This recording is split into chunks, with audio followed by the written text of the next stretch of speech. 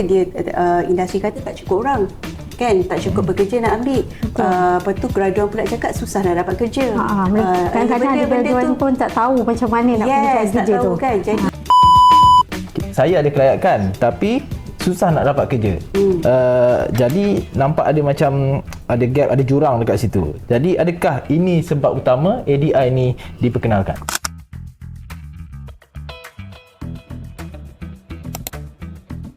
Macam saya lah, seorang ibu kan, kita ada anak yang belajar, tapi tak semestinya dalam anak kita tu ada yang suka belajar. Sampai satu tahap tu dia lebih suka nak bekerja, nak dapatkan kemahiran. Jadi mungkin dekat sini adalah memberi ruang kepada penonton tahu bahawa ada lagi satu cabang yang boleh membantu untuk kerjaya anak-anak, tuan-tuan perempuan semualah.